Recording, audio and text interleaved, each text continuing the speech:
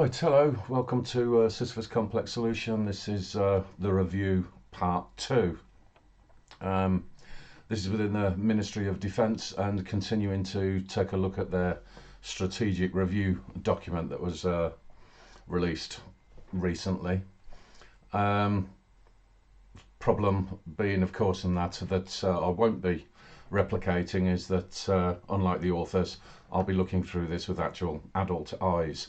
Hence the picture that we've got on the screen, because there are serious issues, as you'd expect with this sort of thing, because quite childish thinking is involved. So anyway, to continue where I left off. Right, getting off to a mad and bad start in this episode, because we begin with their attempts to consider the potential effects of war. Right, we can first look at the 5 methods of attack that they're assuming. Where I can deal with the last one first, because the government is doing that already. There's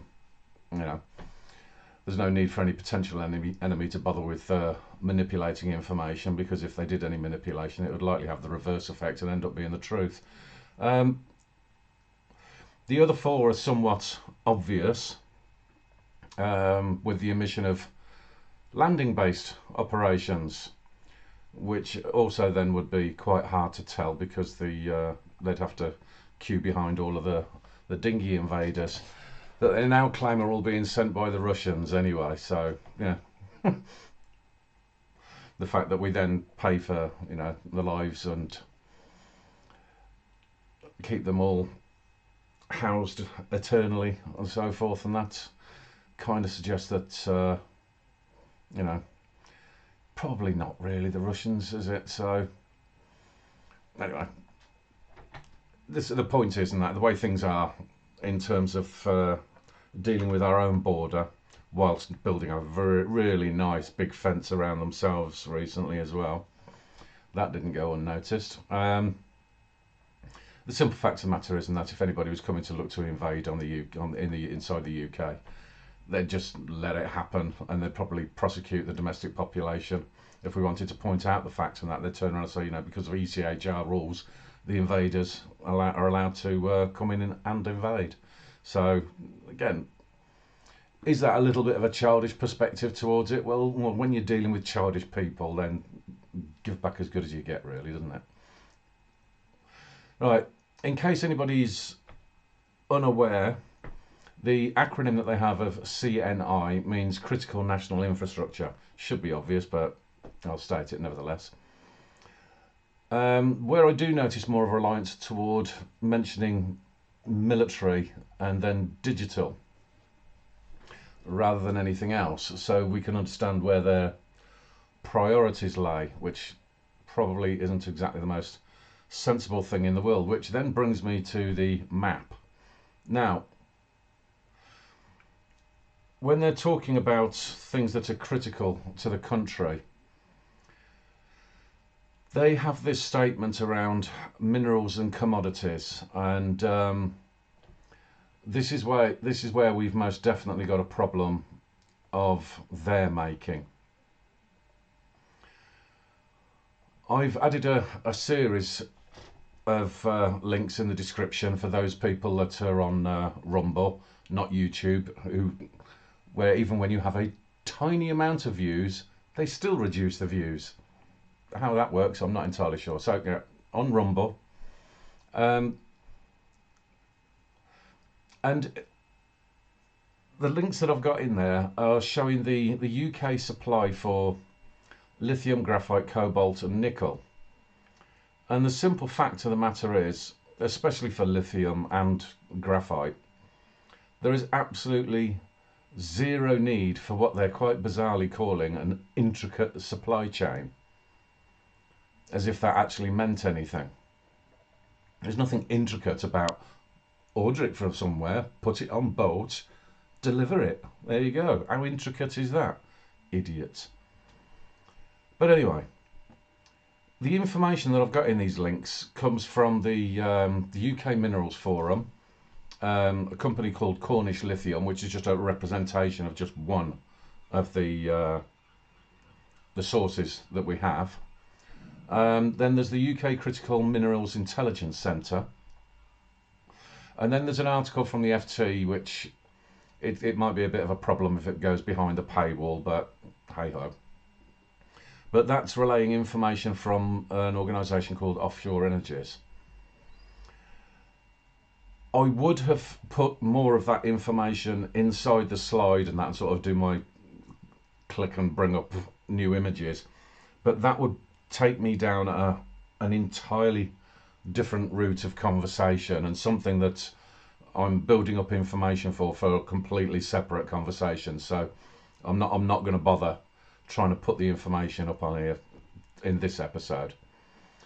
But the point is around this is that by far the majority of these minerals are based on battery-based lunatic agenda. And as much as we absolutely could supply from our own domestic resources, it has very highly debatable legitimacy. And I don't care what Elon Musk keeps on banging on about lately. Have I had as much involvement in that side of things as he has? No, of course not. But the side of involvement that I've had is obviously not ideologically invested in that. I tend to look at things on a much more broad perspective, and it really is not a good idea. So anyway, I can state within this, and again without any sort of hesitation around this, is that if there is going to be any development of around the batteries, and you took out the ideology and their invested, oh god, what's the term? The limitations that they have from investing into this type of ideology and the technologies that they believe have to be formulated to go along with that.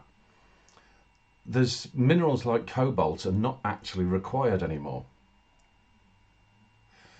Lithium was never a sensible choice.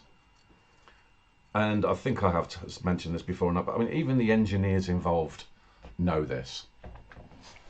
I can't, it's not one of these situations where I can sort of name names, and there's no articles that I can point to say, here you go, here's the engineers that have been saying this, because these are results of direct discussions with these people. So, like I say, there's nothing that I can put up on screen to back this up. All I can say is what I know from the people that I've spoken to, who are actually involved in this area. I mean, you might find some somewhere in that, but you know, because I know it, I don't really need to look for it.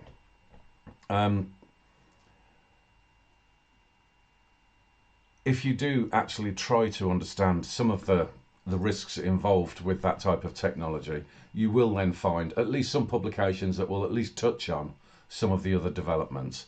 And so the point being here really, and that is that for them to turn around and say that we've got this critical sort of supply chain that's apparently all intricate, because it comes from slavery in the Congo and communist China and things like that, and you know, there's nothing intricate about it. I mean, it's literally doing slavery and then dealing with your enemy. It's a nonsense.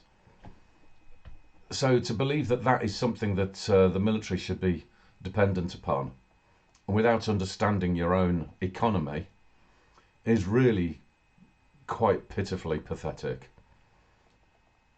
This then takes us over to the oil and gas side of things, where they state how we're oh so dependent on Norway, which is rather timely again, because old Elon Musk is once again putting up posts saying, so goes Norway, so goes the rest of the world, because apparently they've got 97% of electric vehicles. Really? Well, how do they afford those electric vehicles in Norway? Well, it's because Norway is selling all of their oil and gas to the rest of the world, isn't it? It's just one big massive virtue signal. So claims about what they're going to be doing in all these different areas around renewables and battery technologies and all that sort of stuff. Especially, again, when you're talking about stuff on a military basis, get your ideological nonsense out of your head. And once again, the fact of the matter is, we can provide for ourselves. We don't need to have 77% of bloody oil and gas coming in from Norway. Let them pay for their own silly little virtue signal. It's ridiculous. When you're dealing with things like this, that is supposed to be about your strategy for defence, you look towards the best possible methods of domestic production. Not which virtue signalling knobhead can I get stuff from. It's utterly farcical. I don't know. It's the same also with their mention around food, because they're doing absolutely their utmost, and that's to destroy the domestic production, aren't they? The core point here really then is that they're pointing towards risks that they are 100% responsible for creating, and they're just continuing to make it so much worse.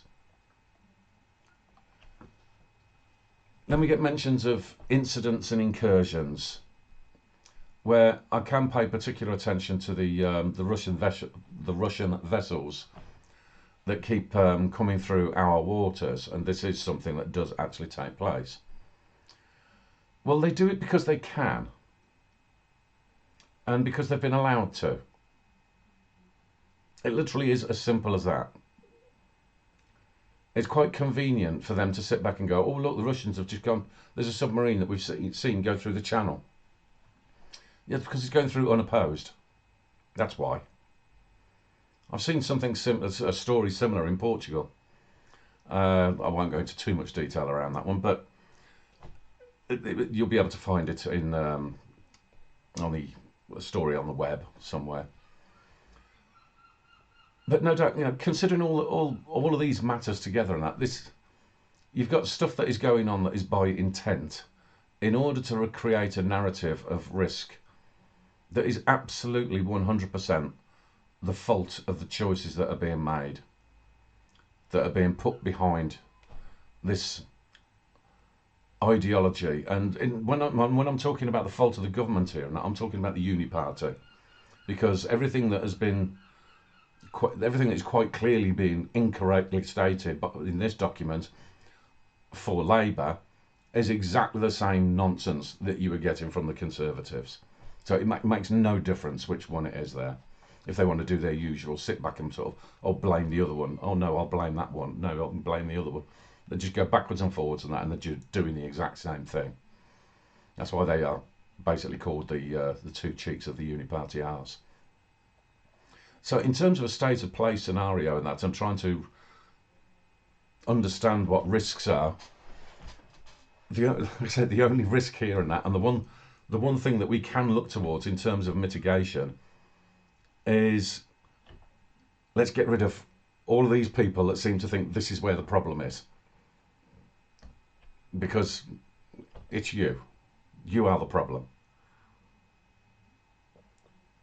Utterly farcical. Now, if I skip forward a little bit to the claimed role of UK defence, I can see in here and that we've got an immediate error, because the role of anyone in the UK, quite frankly, as the first primary objective is defence of the nation. So that means no, NATO does not come first. Your obligation is to the protection of your nation. Simple as that. I don't care what any international agreement states. That is the one fundamental thing that you do not negate. Simple, basic proposition. But when you get this sort of ridiculous mentality that these people have now suddenly created for themselves, it does mean that now you're going to end up having operational failures if we become beholden to any of these foreign influences. Now, whether that's supposed to be friend or foe, because even if you're talking about talking to nations within NATO and that too, in the way that they're claiming that they're going to be, they are going to be having discussions that are going to be based on an advantage for their nation as well, which then by default means it's going to be to the disadvantage or to the detriment of us. Now, do we honestly believe that the people that are running this have got the actual balls to turn around and say, no, hang on a minute, we're not having you produce that because we need that for the domestic market and for the domestic protection? Do you honestly think that anybody within this is going to be having that kind of a conversation? It's just not going to happen. And like I say, considering that most of NATO is made up of the EU, we are loaded then with our historical enemies. A fundamental IQ test should tell anyone that you do not give the opportunity to repeat the past. And you most definitely do not hand over any decisions, standards or verifications to a blob whose current process includes banning their political opposition parties and annulling election results just because they don't like who won. I don't think that's a good idea to be saying, yes, tell us what to do, because that sounds like a plan. Utterly retarded. Like I say, the EU has most definitely become the EU SSR. They are far more old school USSR, Russia USSR, than Russia is today. Despite our current incumbents sharing that obvious mental disease, it is incumbent on us not to surrender in that way as a nation. Don't take these people's instructions over that sort of thing. Then we go a little bit further into what they think is the defining roles. And again, straight away, thankfully, that they do try to put the nation as the first priority here, which is a bit of a contradiction to what they've already been stating, but never mind. But then they also go direct into contradicting themselves anyway, because then they say that NATO comes first. It's just utterly ridiculous. They do go into expanding the role of NATO by making it somehow a global security outfit, and there's no actual consistency of understanding who's got what position, what place how everything fits together. It's really piss poorly thought through. But once you get past this sort of drivel as well, they then turn into this whole of society approach and a move to war fighting.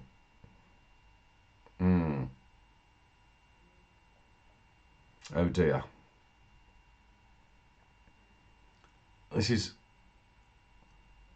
I know I've said it a number of times now, but it is absolutely 1930s Germany style mentality. And there's when you're pushing things in this kind of way, there's a determination to be ready for war, but not waiting for somebody to start a war and for you to protect yourself, but to actually start the war.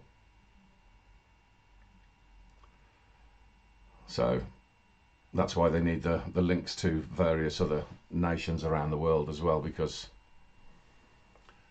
this is literally sort of failed state rhetoric.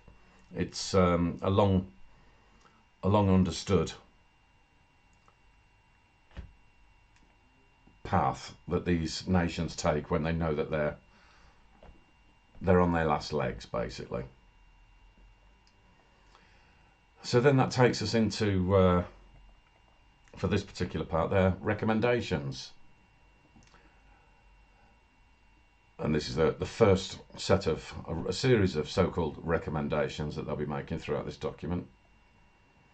And so the first three little bullet points that they've got under point 1, that's literally just bureaucrat speak that literally doesn't really mean anything at all. But the next two are a bit of a problem, so I've highlighted them.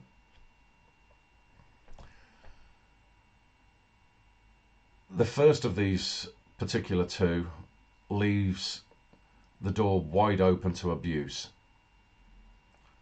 just like all of the institutions that are currently infected with this mental illness. The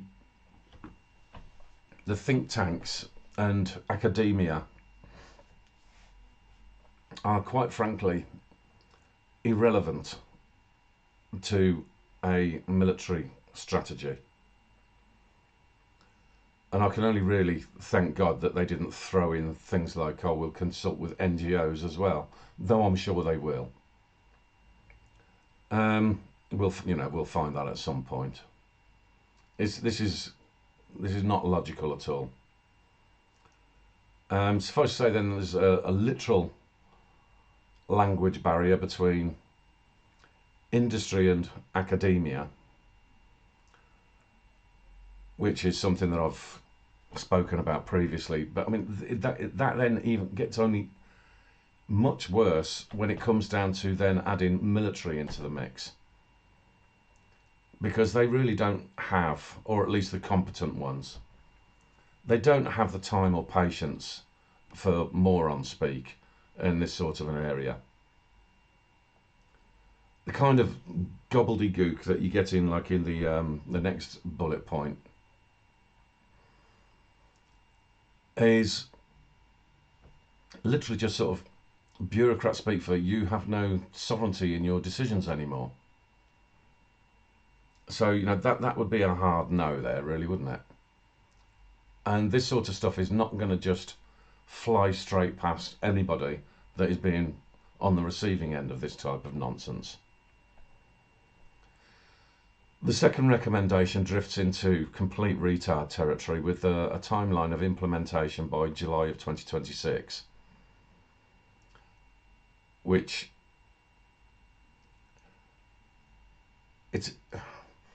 NATO has existed since its formation in 1949. What are they talking about implementing by 2026? What have you been doing all these years? Utterly idiotic. I mean, when they're throwing in words like interoperability, for anybody that's unfamiliar with some of the types of terminology that you get in these documents, that's literally that's tech speak for things like compatible platforms. So, as an example, a silly example, and but I mean, judging by these people, you never know. It could literally be as something like this. Would it be you using a Microsoft platform or an Apple platform? If you're using both, is there any issue with compatibility? It's literally that sort of situation that they're talking about here. Where you're going to run into problems as well, as far as what I've mentioned previously around their obsession with the battery-based technology. And I'm sure at some point in this document we'll get this, oh yeah, the military is now going to turn green. Well, when you're talking about interoperability, I don't know, I mean, are the tanks going to be charged with CHAdeMO or CCS? I mean, it literally is going to be this sort of situation where things get down to them being so stupid as to probably not even understand what I've just said. But anyway, moving on. Right, so we've got this transforming the UK war fighting. Somehow they believe that we'll all be underwater by 2040 anyway, based off of what I found in the previous episode. So I mean, surely anyone wanting to attack us can just feel free to get in before 2035 as well, because apparently we're not going to be ready until then. So we've got two scenarios in terms of what we've already seen from this, that we need to be telling all potential enemies, hold on, don't come near us until 2035 because we won't be ready. And then 5 years later we'll be underwater anyway. So how much transformation do you really need? But anyway, apparently they have a third recommendation that comes in from this particular section, and it's based on the military understanding technology, as if up to now they've been complete and utter Luddites. And did they think that the military up to now had been using sticks and stones until these geniuses turned up?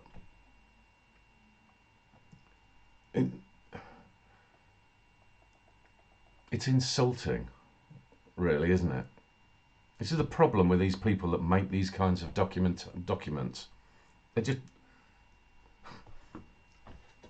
They're so full of themselves that they don't think that anybody else knows what they know. And yet what they know could be written on the back of a postage stamp. Absolutely incredible.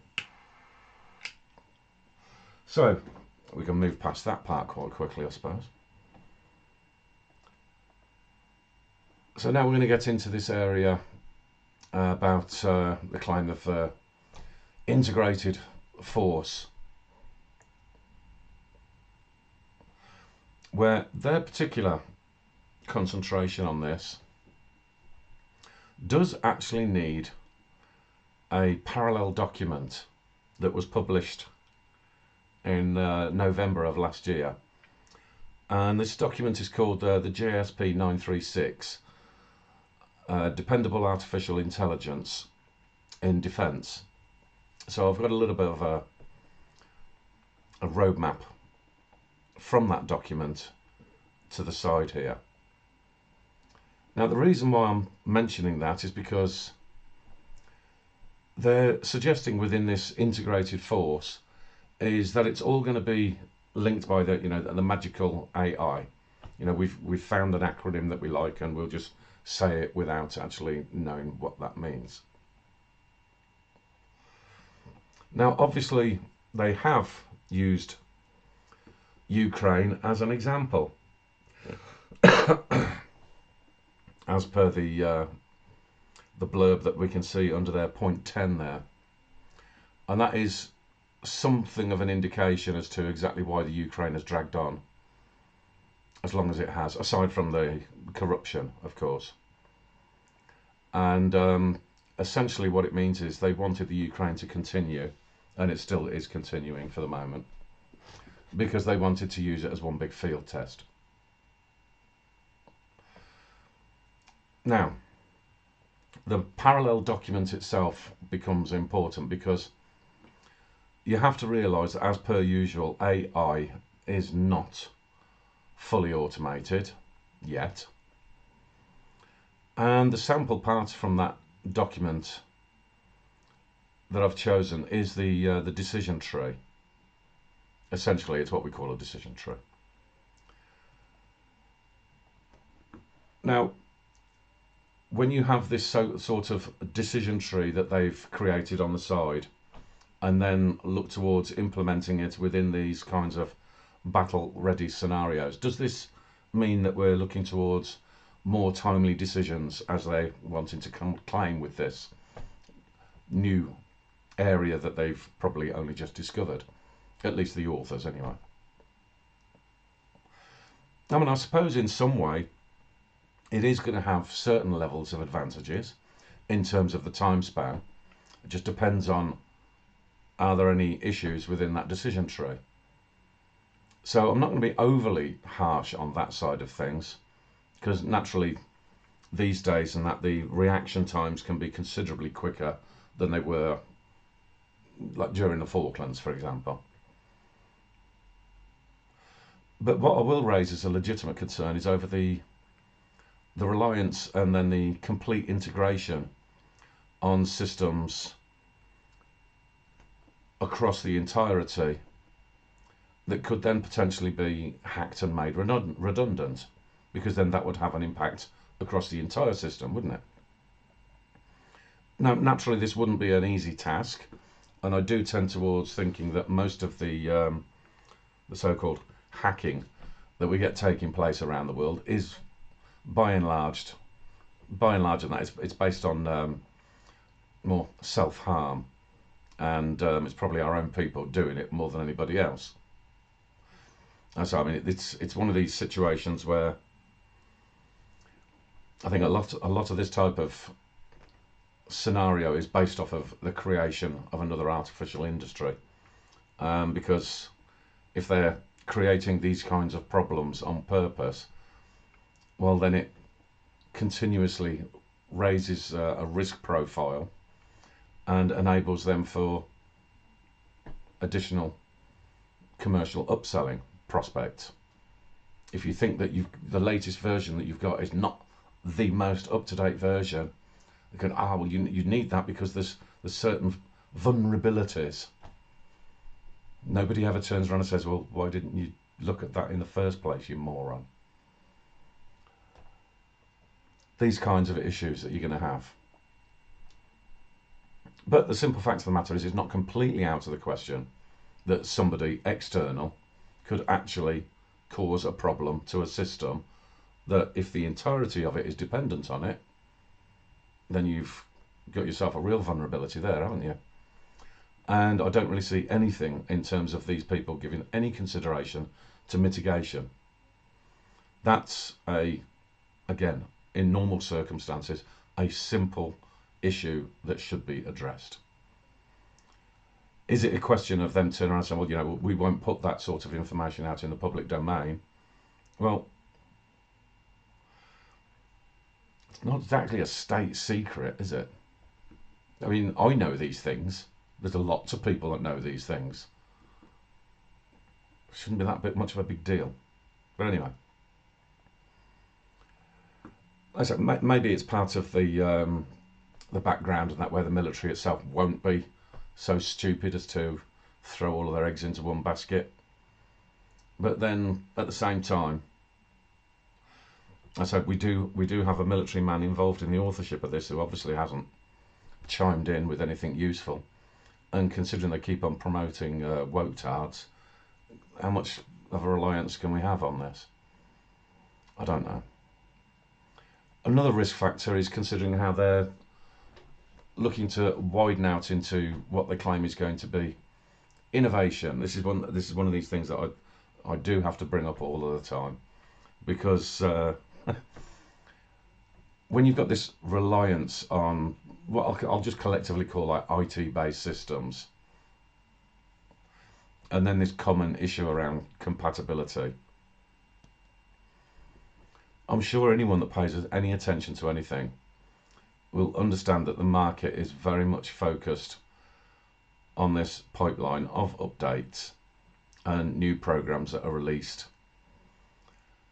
under what is a rather awful methodology or a system of development known as agile, which, whether it applied to the IT world or any other world, it literally just means make shit up as you go along. I've created something basic, just throw it out in the market and I'll fix the problems when it's out there. Not a good idea. And so when you're turning around and saying, oh, but innovation, and that innovation might be working within an agile system, you've got a problem. Again, if you don't have mitigation against this sort of stuff, you're going to have your entire military base centered around this full integration, where one cock up will take the whole of the military down. It's this is amateur stuff. It really is. So then we go into yet more of their recommendations. So we get recommendation 4 and 5 here, and strangely enough, and I didn't know that they'd because I'm literally going through this and writing this up page by page, so I don't know what the next page is going to say before I've already written down my notes.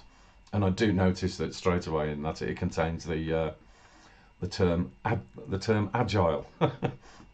So quite clearly they don't know what that means. So again, more amateur hour stuff.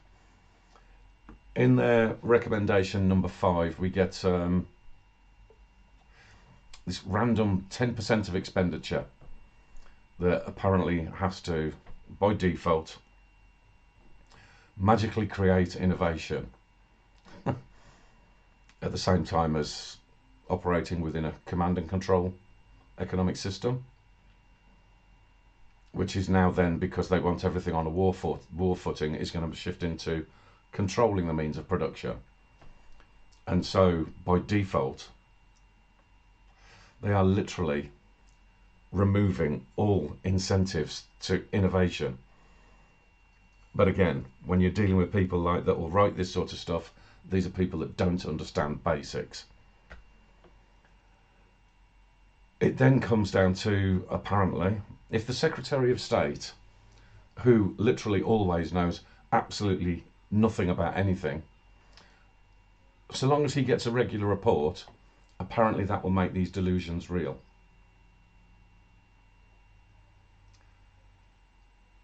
The sum total of this, in reality, means if the US ever withdrew from NATO, and it would be left to numpties like this,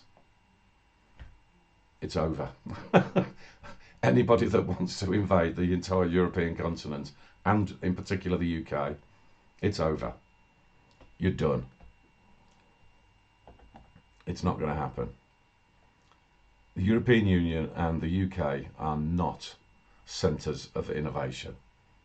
It's as simple as that.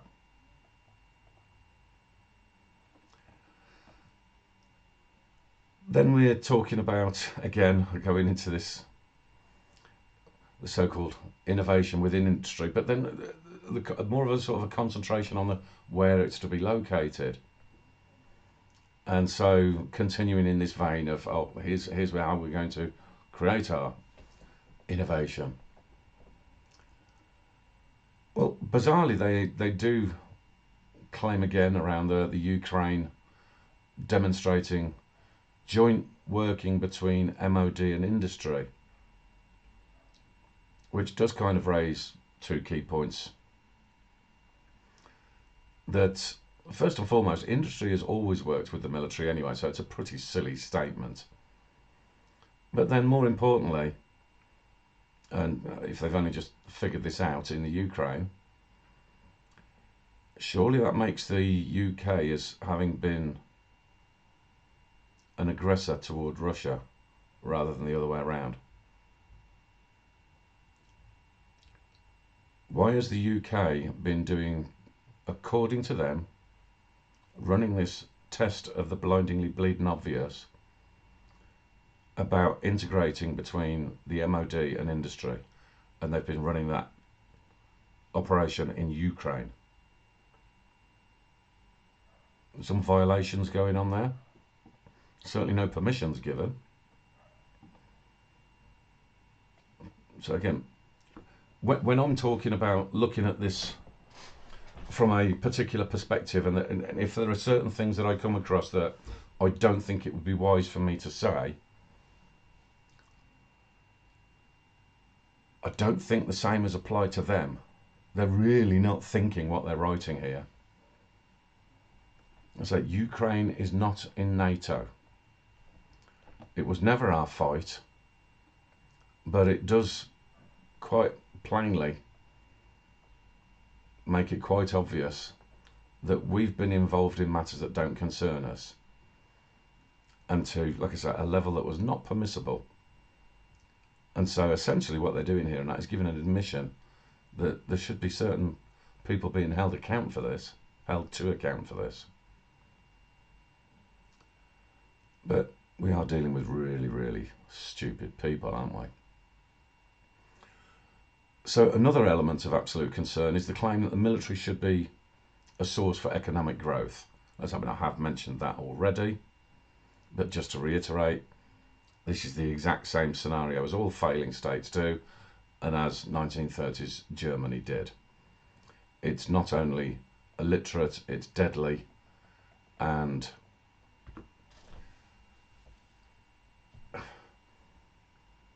it's criminal, quite frankly.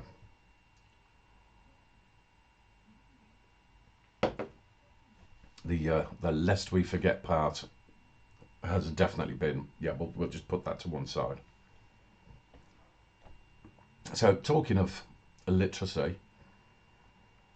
we then get this map at the side, another map, where they're showing each section of production that will form a cluster.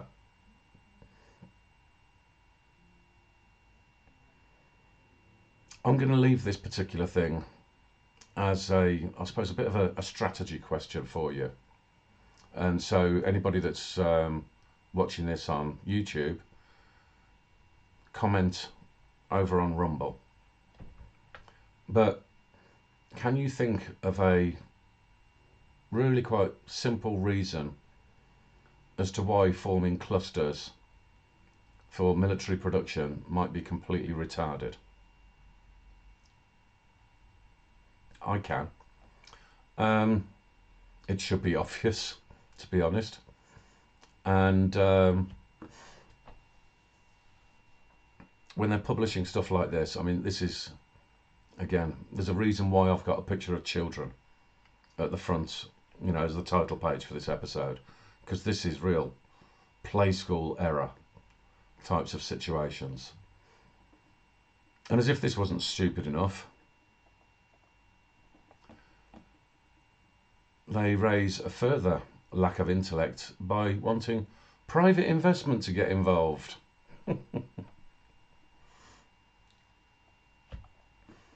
Now, I know that actual sorts of innovation does tend to need the private equity sector, at least in the way that it operates these days, and has done for possibly the best part of 30 years now. But the problem here is that the private equity sector, that I mean the real private equity sector, avoids the UK like the plague now. So take a wild guess what this will mean. Right. Pooling capital with allies, I suppose, is a good hint. This is just really not clever. I suppose you can then add to this, you know, you've got the usual situation of your magic money printer, and then the more bog standard, if Labour is going to be the one to do this, just taxing the hell out of us. So, you know, that'll give us a great deal of incentive, won't it? Oh, they're also going to be, they're going to repeat the mistakes of thinking that they can also be a seed stage funder. Because, yeah, that works well, doesn't it? Government as an early seed stage funder. Okay, I've seen how that works. On to the next part in terms of these developments within the industry. They do their, what then becomes a bit of a regular occurrence here, and that way they do their little sort of the blue box format, which I do have to sort of point out that the double entry for urgent.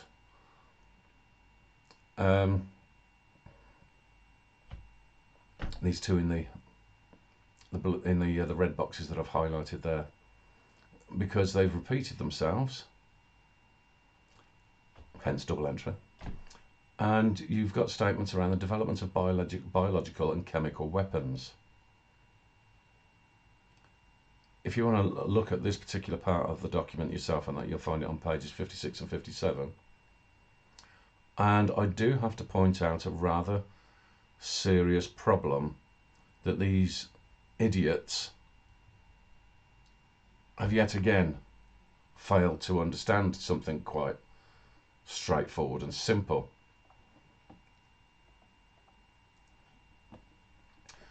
The UK is one of 192 nation signatories to the Chemical Weapons Convention, which bans the use of even stocking of these kinds of weapons. But no, we get the rank amateur morons writing this document literally claiming that we should break international law. Now, do I care that much about international law? Frankly, no, not really. But I find it really quite amusing that these are the same sort of people with their own ideology that are continuously referring to international law, except for when it's inconvenient to their ideology. Then somehow that international law doesn't really matter. Two-tier systems here.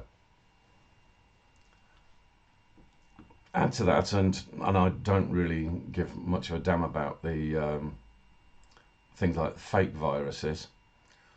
I do have a problem with them producing chemical weapons, especially at places like Porton Down,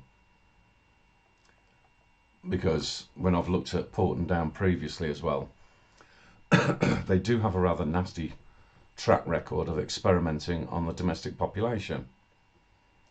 There's a link in the description to a relatively short document. It's only 3 pages and most of that is citations.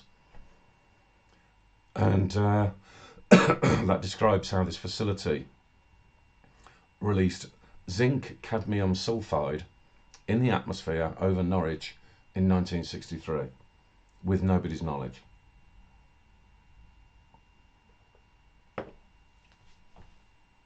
There have been a whole series of these types of incidents before, so it's not just 1963.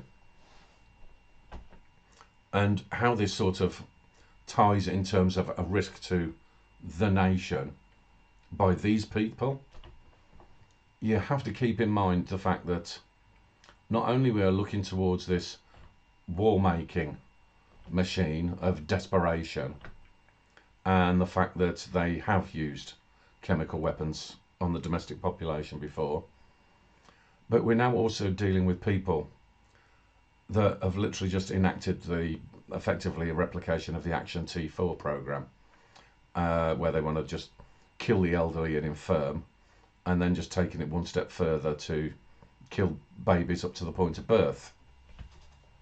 So we're not really dealing with people that are mentally stable and who, just from these actions alone, that quite clearly hate the domestic population, which is why, again, they've had to put up those nice big walls around Parliament. Won't do anything about protecting the country, but they'll protect themselves. So the one thing that is clear about these people is basically they just want to kill anybody that they don't like or they think is having a bit of an issue in terms of the economy that they also don't know how to run. They're quite happy to be killing the domestic population, leave a certain level of the population relatively unhindered in terms of physical harm, but that's only because they want those people to go and kill people somewhere else. Is this sounding like anything that you've ever heard of in history before? I'm recognising it. Then we get into a system around the or mention, not a system, but a mention of a system that goes on about export and procurement, and where the types of weapon of focus is rather obviously focused once again on tech. So drones and anything that they can let some random algorithm deal with, and try to, in as much as possible, you presume, go through to that decision tree. I would imagine they're probably going to be less capable of doing that if you're reliant on foreign-based systems, but essentially I would imagine what they're going to be looking towards doing that is making sure that they have something out there that takes over as many decisions as possible, because they're completely incapable of making any. They probably do want to get rid of the people that could actually have some legitimacy in terms of saying, well, what is an actual target, what is not a real target. These people will just they'll not care. They won't have time for that. It's just, kill everybody. That seems to be the direction of travel.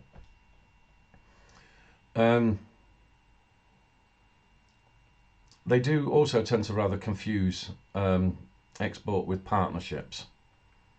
So anybody, again, that's had any involvement in this will understand that it's about the same kind of result as the funding programs. So you're talking about this valley of death situation.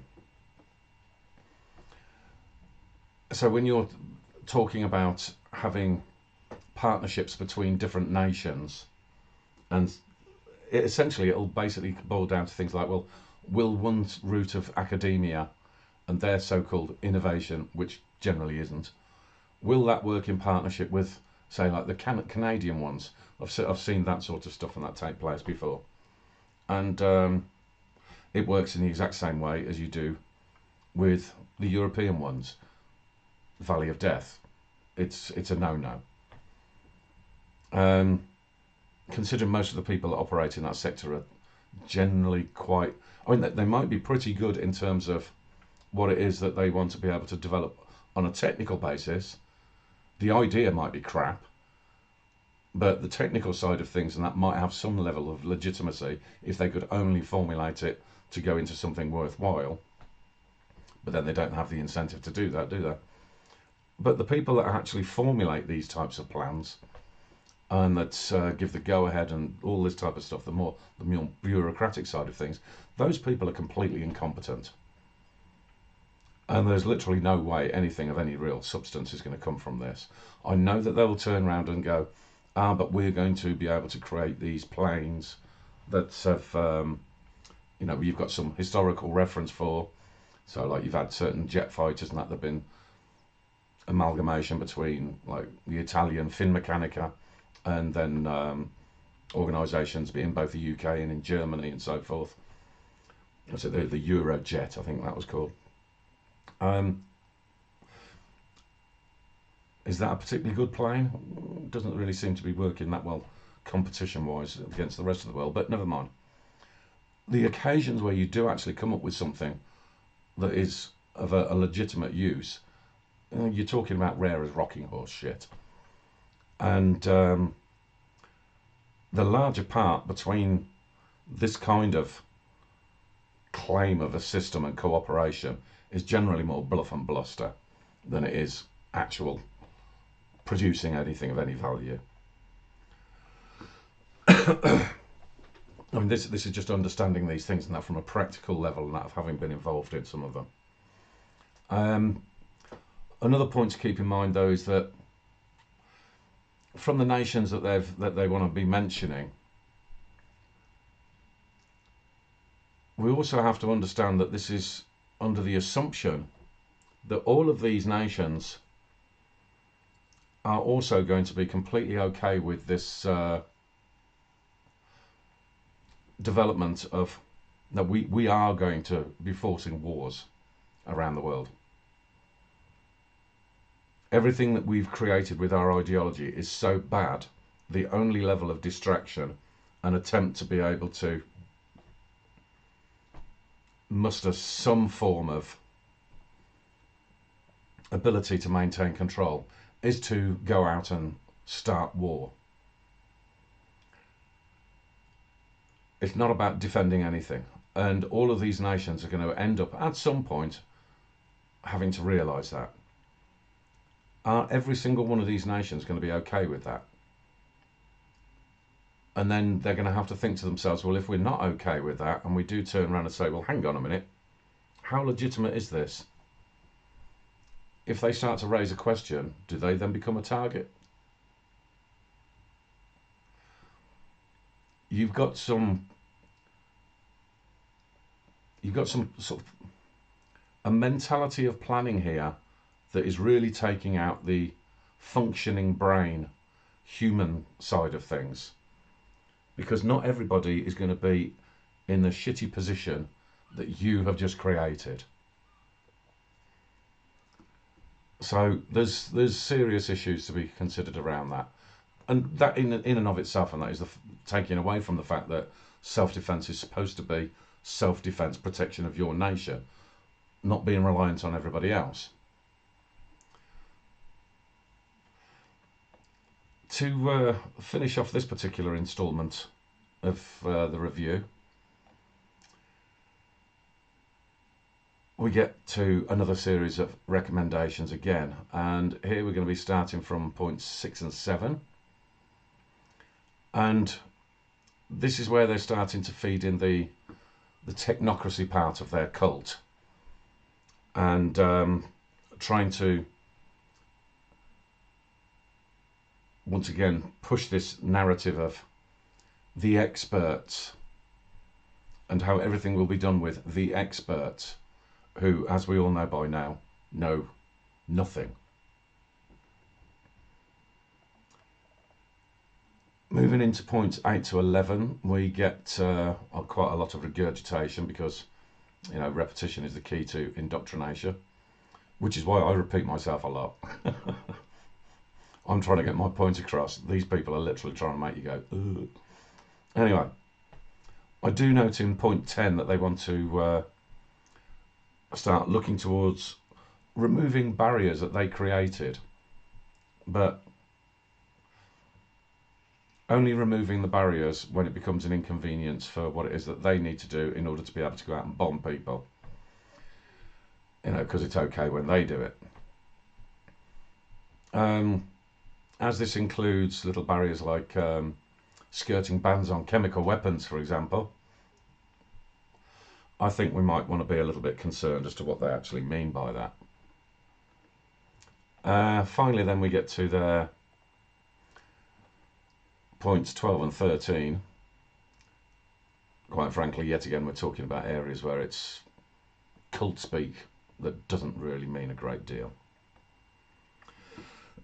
Now, at this particular point, I'm going to end it because time is a factor, but also because the next part of running through this particular review, as soon as I put, the title alone for the next section, it spells out an issue that will definitely raise yet more caution, and so you've got that to look forward to in the next instalment, which hopefully I'll have out on either Saturday or Sunday. I'm only 64 pages into this 144 page document, so I don't know, maybe another 3 or 4 episodes to cover, or rather parts within this episode to complete this review, but we'll see.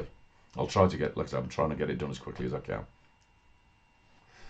Some of the more observant of you will notice that the end slide here and that is different, because I've done a little bit of a rebrand of my own.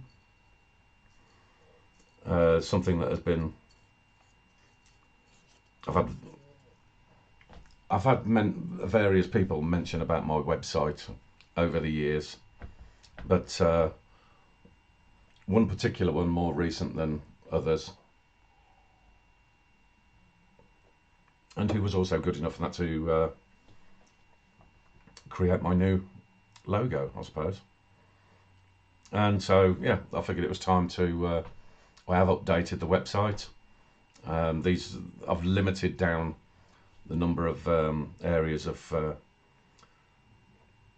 operation, shall we say. It doesn't necessarily mean that I won't do certain things within different areas, but narrowing it down to these services now. So decided to put that up on the ending screen as well, because I figured, why not? Anybody that's interested in any of these areas, if you do go onto the website, I couldn't put the contact us page, absolute bloody pain in the backside to be able to sort out so it would actually be able to contact me. So I've literally put in my main company email address, that's separating out put a separator between the sort of my name and then the domain, because then that helps avoid things like data scraping. So anybody that wants to use that particular email address, I think it's included in the description to this video anyway, if you're on Rumble. But if you do want to contact the company about any of these things, literally just put it all together in a normal email address. Shouldn't be hard to figure out, but I'll give it the explanation anyway. So that will do it for this particular installment. So have a bit of a think, and if anybody wants to answer that question that I raised, feel free to do so. I will answer. And apart from that, I'll see you in the next installment. All right, cheers. Bye-bye.